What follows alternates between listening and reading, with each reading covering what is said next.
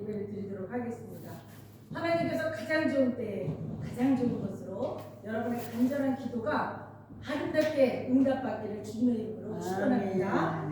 2025년도 교회 말씀은 행복한 교회, 건강한 교회입니다. 우리 다 함께 교회 펴 시작! 오직 예수, 항상 예수, 더욱더 예수, 끝까지 예수. 아멘. 자, 오늘 저는 여러분과 함께 누가 부자인가 라는 제목을 가지고 말씀을 나누도록 하겠습니다. 저번 주 수요일부터요, 드디어 제1 수요일이라고 해서 예수님께서 잡히시던 날까지 이제 수요일부터 주일을 제외한 그 기간을 사순절이라고 하거든요. 이제 우리 사순절은 이제 시작이 되었고, 사순절 기간 안에 우리가 첫 번째 이제 또 주일 예배입니다. 사순절은요, 고대부터 있었던 경건 훈련을 이렇게 특별한 시간을 정해서 사순절이라는 이 기간을 정했어요. 그래서 사순절 주일 예배는 엄숙해야 합니다. 그러나 엄숙하다고 해서 무슨 막 초상집 난 것처럼 그렇게 막 슬프고 우울한 건 아니에요. 우리는 다 알고 있잖아요. 우리 예수님이 어떻게 하실지는 알고 있잖아요.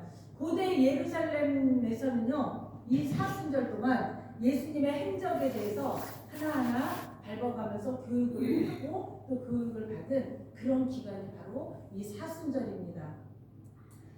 오늘 우리 이제 이 말씀을 이제 시작으로 우리가 사순절 주일 예배를 드릴 건데요. 우리도 금번 사순절 기간 동안 십자가에서 죽으신 우리 주님을 늘 묵상하며 매일매일 주님과 교제하는 삶을 살고, 그리고 각자의 신앙생활을 점검하는 그런 기간으로 삼았으면 참 좋겠습니다. 오늘 성경 본문에 한 부자가 등장을 합니다. 드디어. 그런데 이 부자는요, 아주 행복한 고민에 빠져 있어요. 아주 행복한 고민에. 어떤 고민에 빠져 있는지 우리 이 부자에 대해서 오늘 아주 한 축으로 해가지고 말씀을 우리 나누도록 하겠습니다. 다 함께 16절을 보겠습니다. 그리고 16절을 함께 읽도록 하겠습니다. 시작! 또 비유로 그들에게 말하여 이르시되 내가 그 밭에 소출이 풍성하매. 아멘. 지금 예수님께서 우리가 앞전에 장로님이 읽어주셨지만 이제 비유로 말씀하시는 거예요. 이 부자가 바로 지금 현장에 있는 부자가 아니라 예수님께서 부자를 비유로 말씀하셔요. 그래서 여기서 보니까 소출이 풍성하매라는 아주 참 듣기 좋은 말을 하죠. 소출이 풍성하대요. 얼마나 좋습니까? 잘 되고 풍성해졌으니까 얼마나 기쁘고 즐거워요. 그렇죠? 기쁘고 행복하죠. 우리가 그렇게 못하더라도 주변에 있는 사람들이 잘 되고 아주 풍성해지고 아주 행복하다고 하면 우리 그리스도인들은 박수를 쳐주고 그들을 위해서 우리가 함께 기뻐해줘야 되는 거죠. 자, 그런데 올해 추수한 곡식이 예상했던 것보다 훨씬 많은 것을 얻었대요. 부자였는데 또 더 많은 것들의 소출을 얻었으니 더 많은 부자, 더 큰 부자가 된 거죠. 그러니까 이 부자는 얼마나 행복하겠어요. 그래서 올해 추수한 곡식이 예상보다 더 많은 것들을 얻었으니까 이제 이 부자는 어떤 결심을 하게 됩니까? 창고를 가득 채우고 넘쳤으니까 이 부자는 고민에 지금 빠져있대요. 이거를 어떻게 해야 될까라고 고민에 빠져 있습니다. 여러분, 우리 모두의 바람이죠. 우리 모두가 이 부자처럼 더 많은, 내가 원하는 것보다 더 많은 수출을 얻고 더 많은 것들을 내가 가지게 되면 너무 행복하겠잖아요. 그렇죠? 우리 모두의 로망이기도 합니다. 그런데 인생이라는 것이 살다 보면요, 그렇지 않잖아요. 뭐 누구나 원하는 삶이지만 그렇게 만만한 또 삶도 아닌 것 같아요. 다 된다고 생각했는데 마지막에 가서 엎어지는 경우도 있잖아요.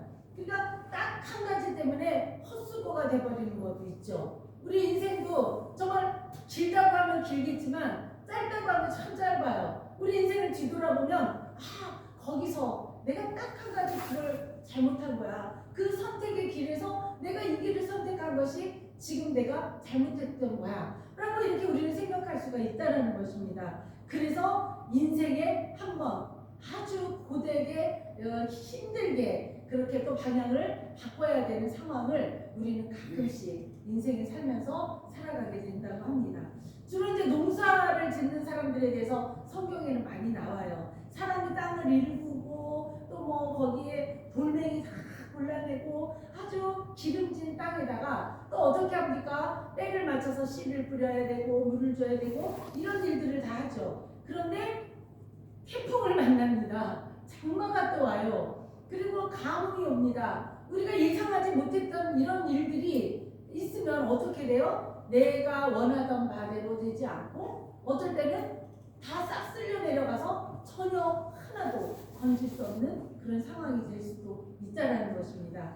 그런데 오늘 본문에 보니까요, 이 본문에 나오는 부자는 이런 천재지변도 비껴갔어요.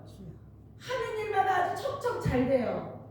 우리는 이런 어려움 속에서 어려움이 올 것 같은 그런 상황을 겪기도 하는데 이 부자는 참 어떻게 된 건지 그런 상황들을 다 비껴갔으니까 부자였어요. 그런데다가 더 많은 소출을 얻었으니 더 큰 부자가 된 거죠. 그런데 이 부자에게 고민이 생겼대잖아요.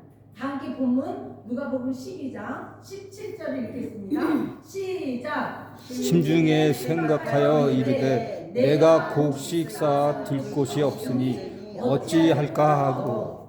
거두들이 곡식이 너무 많은데 이제 쌓아 두어둘 곳이 없는 거예요. 그러니까 고민에 빠졌죠. 탄식을 해요.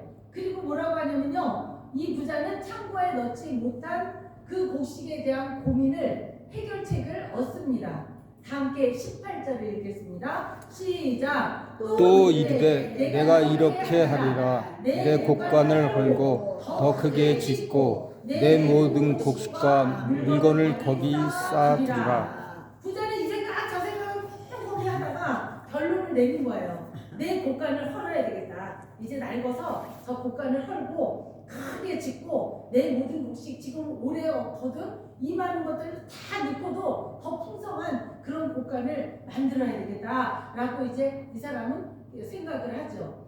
부자의 결론은요, 창고를 크게 하나 더 지어서 거기에 자신의 재산을 쌓아두어야겠다라고 이렇게 한 거예요. 내가 이렇게 하리라 이렇게 지금 말하고 있습니다.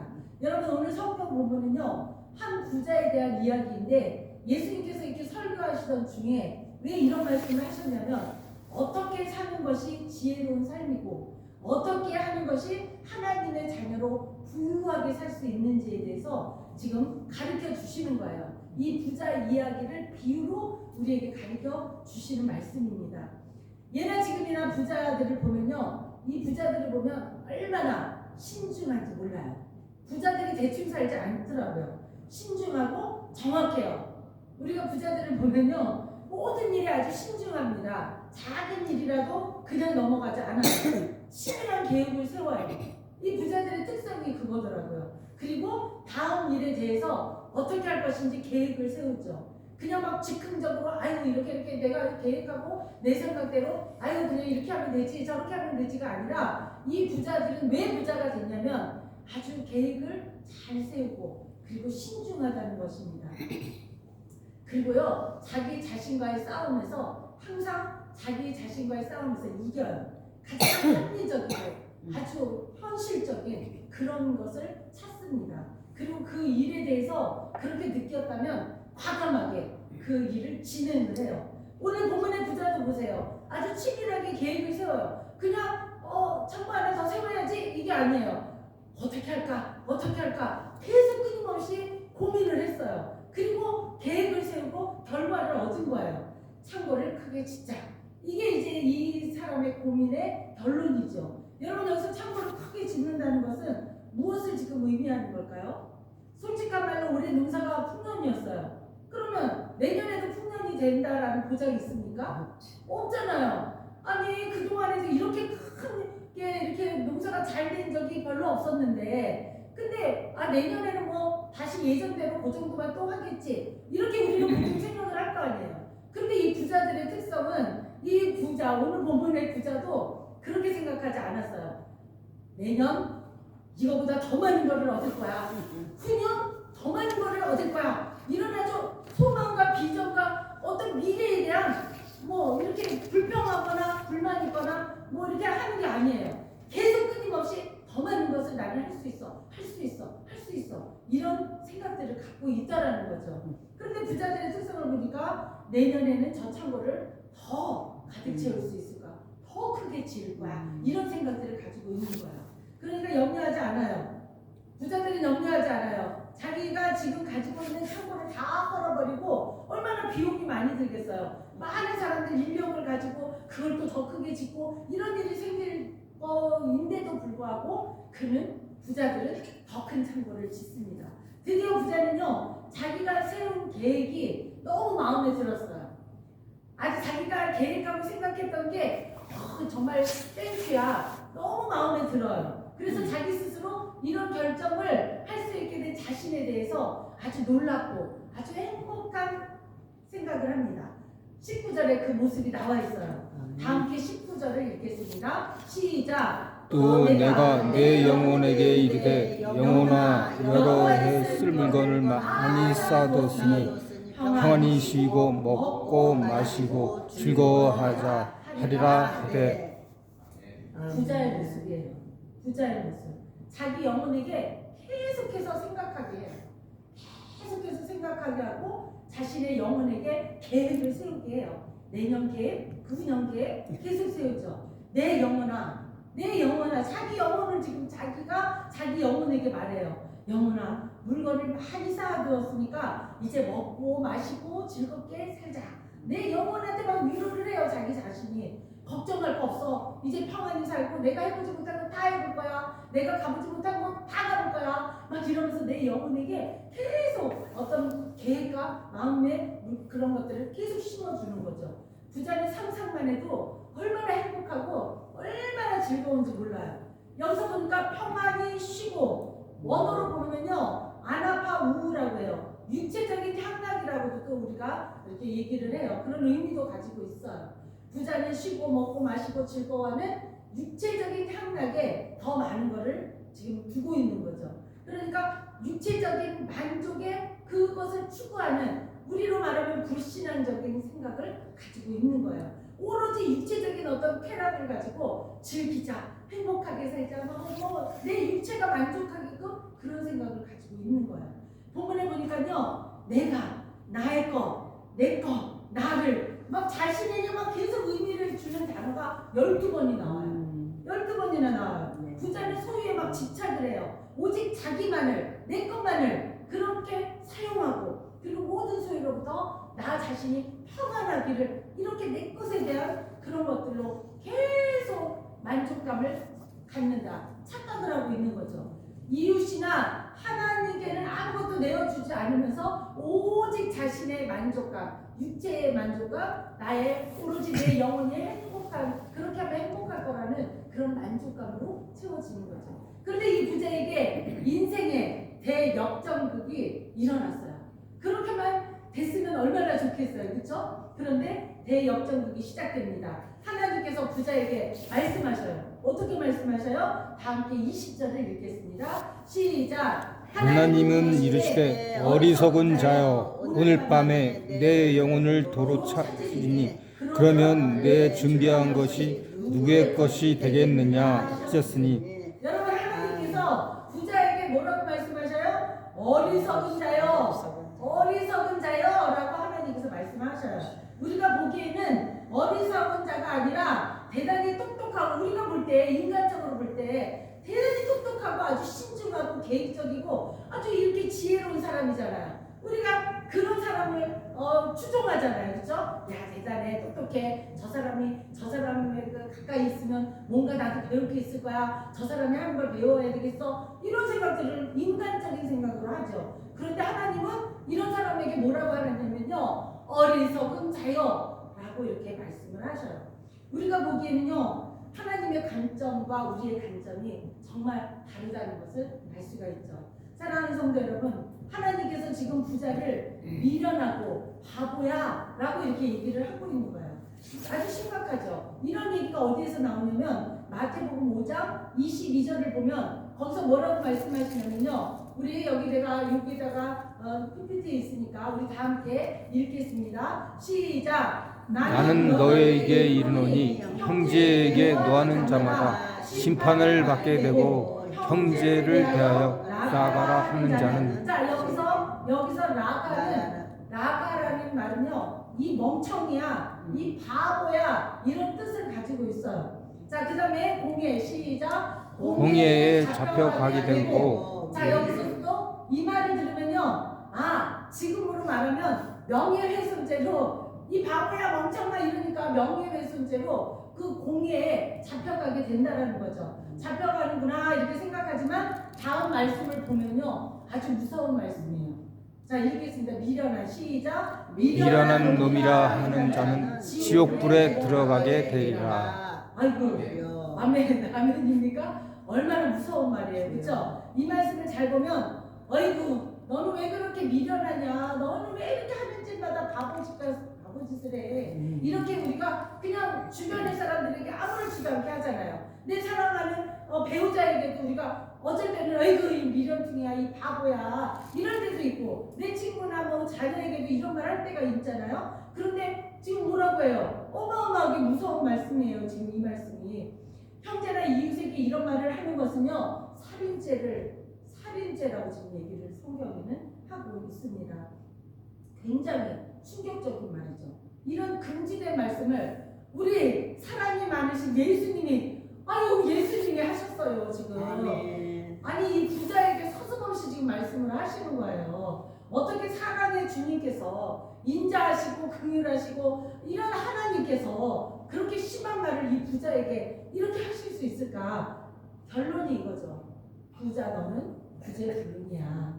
부자 너는 구제불능이야. 오늘 말씀에, 자, 이제 그러면 오늘의 주인공 부자는요, 왜 하나님께서 이런 말씀을 하셨을까? 그 공의 하나님께서 왜 부자에게 이 구제불능아 이렇게 아주 심한 말을 하고 계시는 거예요. 21절에 그 이유가 있습니다. 다 함께 읽겠습니다. 시작. 자기를 위하여 재물을 쌓아두고 하나님께 대하여 부여하지 못한 자가 이와 같으니라. 아멘. 하나님께서 지금 뭐라고 하셔요? 하나님께 대하여는 부여하지 못한 자라고 이렇게 말씀을 해요. 너는 세상에 많은 것을 가지고 네 마음만 영혼만 부여하고 엄청나지만 결론적으로 하나님에게는, 하나님 내가 봤을 때는, 그러니까 하나님께서 내가 너를 봤을 때는 전혀 부여하지 않다는 거죠. 너는 가난해, 아무것도 아니야, 이 바보야, 너는 멍청이야, 이런 지금 그런 뜻으로 말씀을 하시는 거예요.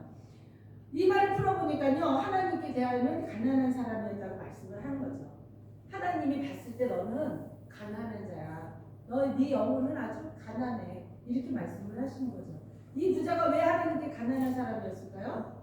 이 부분을 우리가 깊이 생각해 봐야 돼요. 영적으로 아주 깊이 들어가시면 참 좋아요. 그렇게 합당하게 받으신 분들은. 아멘. 결론은 뭐냐면 이 부자의 마음에는요, 탐욕이 있었어요.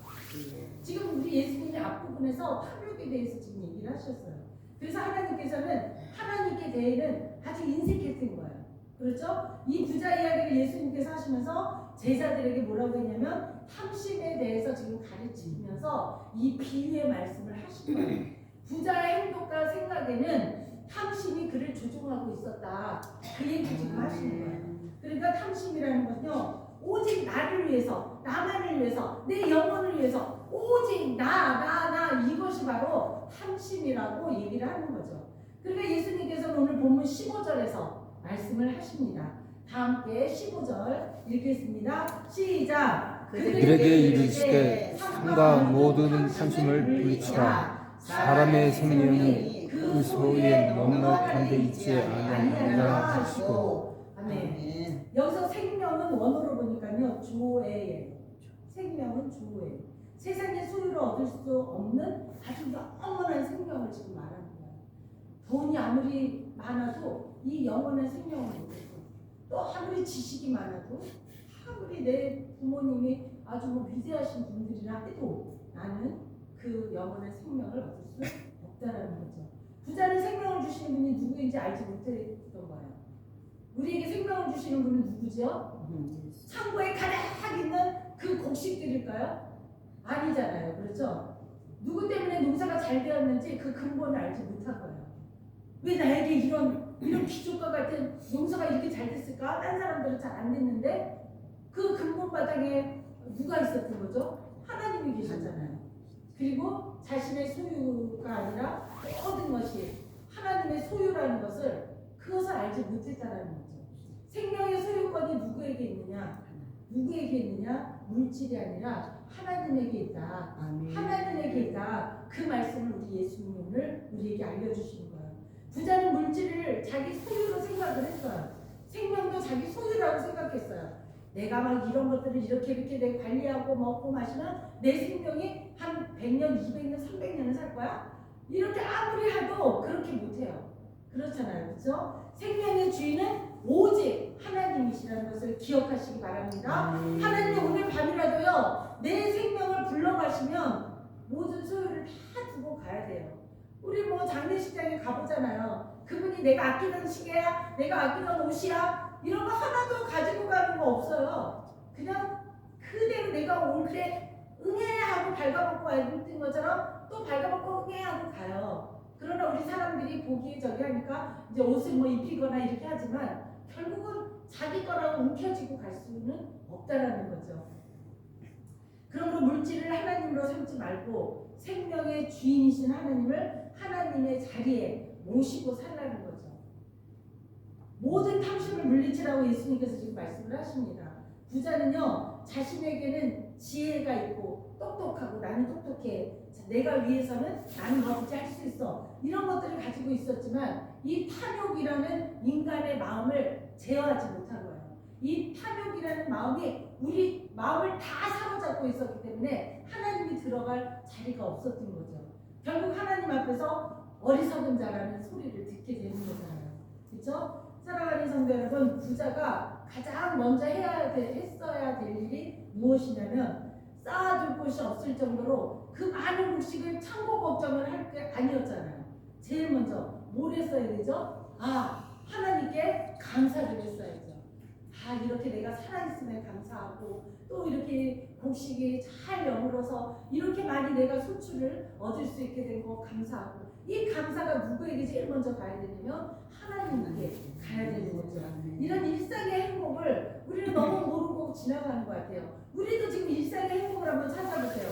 얼마나 감사해요. 저번 주에 우리 목사님 우리 권사님 너무너무 아팠잖아요. 그렇죠? 정신이 없으셨죠? 그런데 오늘 너무너무 밝고 이제 손이 조금 아프시긴 하지만 이렇게 건강한 모습을 배우니까 얼마나 하나님의 은혜예요. 그렇죠? 네, 이렇게 내가 걸어서 예배당에 와서 하나님 만날 수 있다는 거 얼마나 행복한 일인지 몰라요. 우리도 서로 아는 우리 형제 자매들 만난다는 거 너무 기쁘잖아요. 그러니까 우리가 일상의 작은 것들이 너무너무 감사하고 행복하다는 걸 늘 기억하시는 저 여러분 되기를 소망합니다. 아멘.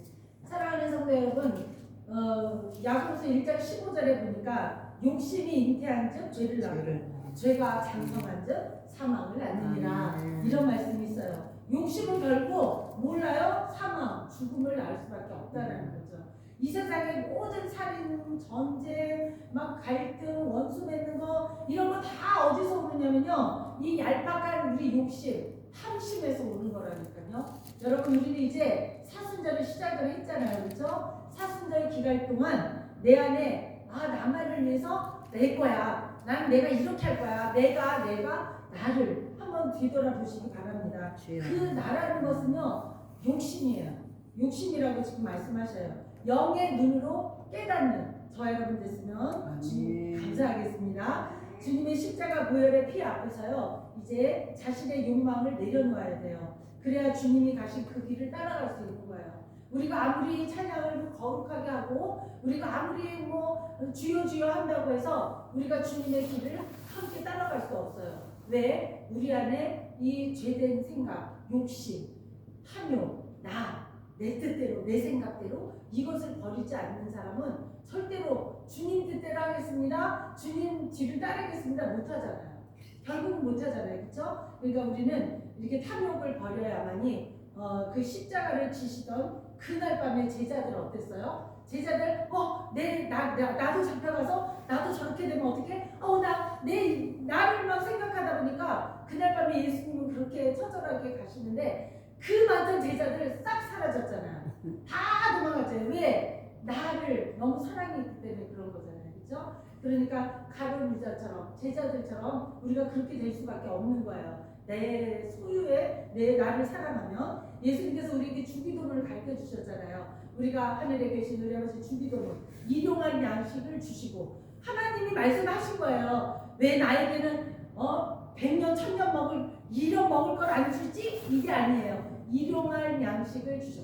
하루하루 먹을 거를 주시고 하루하루 생명을 주시고 하루하루가 너무 소중하고 아름다운 거예요. 하나님께서는 너희가 조금 부족한 것 같아도 매일매일의 그 양식을 위해서 하나님께 기도하고 그것에 대해서 감사하고 이거를 원하시는 것이지 나는 이제 창고에 가지고 나는 먹을 거 은행에 난 돈 많으니까 나는 뭐 마음대로 내 돈이야 이렇게 생각하면 아무것도 할 수가 없는 게 감사가 없죠. 어떻게 하나님 앞에 감사하겠어요. 그런데 결국에는 우리가 그 욕심 안에서 그렇게 되는 거잖아요.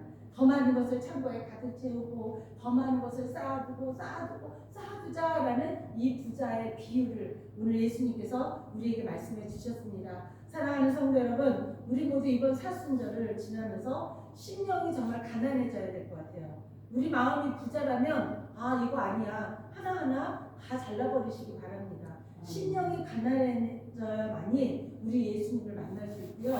예수님의 제자가 될 수 있고요. 우리 심령이 청결해져야만이 깨끗해져야만이 깨끗한 죄가 없으신 우리 예수님을 우리가 만날 수 있고 그분의 자녀가 될 수 있는 거죠. 하나님으로부터 이 부자가 책망받았잖아요. 어리석은 자라고요. 어리석은 자는 책망을 받을 수밖에 없다는 거죠. 저와 여러분은 하늘나라에 정말 아름다운 보물을 쌓아둘 수 있는 보물이 물질 이런 걸로 막 생각하는 분들이 있는데 그런 게 아니에요.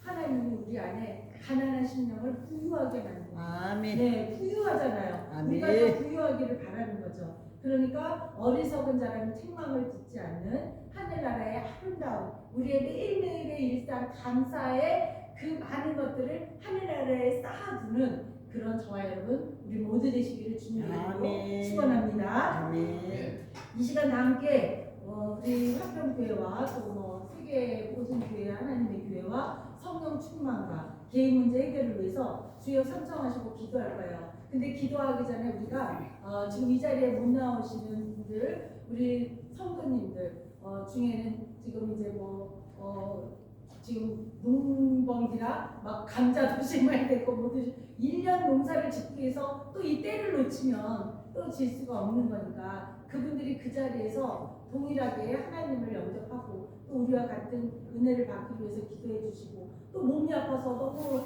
또 먼 거리를 운전하고 힘들어서 그곳에서 그냥 울며 기도하는 성도들을 위해서 이렇게 오지 못하는 성도들을 위해서 여러 그런 우리 성도님들 먼저 우리가 함께 예배드려야 될 그리고 하나님께서 우리를 공동체로 만들어 주셨는데 그 사람 한 사람 한 사람들을 위해서 우리가 생각나는 대로 한 명 한 명 이름을 부르며 기도해 주시고 그리고 우리 이제 기도 개인 문제를 위해서 기도하고 그리고 더욱더 성령 충만 받아서 우리가 주님의 일을 아주 멋있게 그렇게 해나갈 수 있게 해달라고 주여 삼성하시고 함께 통성으로 기도하겠습니다.